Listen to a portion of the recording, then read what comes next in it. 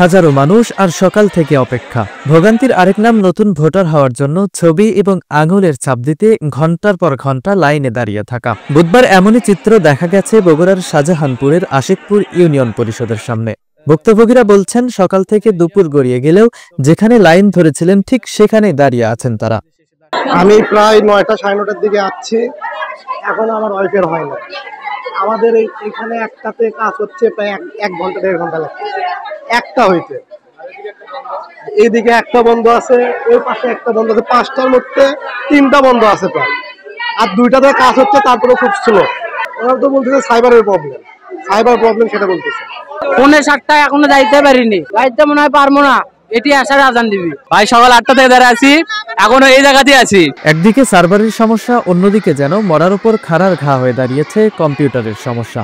এদিন এই ইউনিয়নে ভোটার আইডি কার্ডের জন্য ছবি এবং আঙুলের ছাপ নিতে 5টি কম্পিউটার ডিভাইস নিয়ে এলেও 2টি ডিভাইসের সমস্যা দেখা দিলে বন্ধ করে রাখা হয় সেটি। কর্তৃপক্ষ বলছেন ডিভাইসগুলো চেক করে নিয়ে আসা হলেও এখানে এসে সমস্যা দেখা দিয়েছে। তবে আজ সবারগুলো না হলেও উপজেলা পর্যায়ে এ কার্যক্রম সারা বছরই চলবে বলেও জানান তিনি। আমরা সবকিছু মোটামুটি চেক করে নিয়ে আসছিলাম, তারপরে অনেক ক্ষেত্রে দেখা যাচ্ছে যে লোকেশনের কারণে, সার্ভার প্রবলেমের কারণে অনেক কিছু লগ ইন হচ্ছে না। এ ধরনের সমস্যা তো আছে, আমরা চেষ্টা করছি খুব দ্রুত সমাধান করার।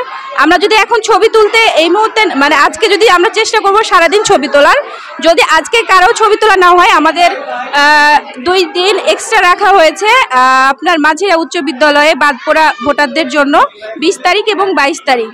তারপরেও যদি কেউ বাদ থেকে যায় তাহলে আমরা সারা বছর ভোটার রেজিস্ট্রেশন কার্যক্রম আমাদের অফিসে পরিচালনা করে থাকি, ওনারা এসে ভোটার হতে পারবেন ছবি তুলে।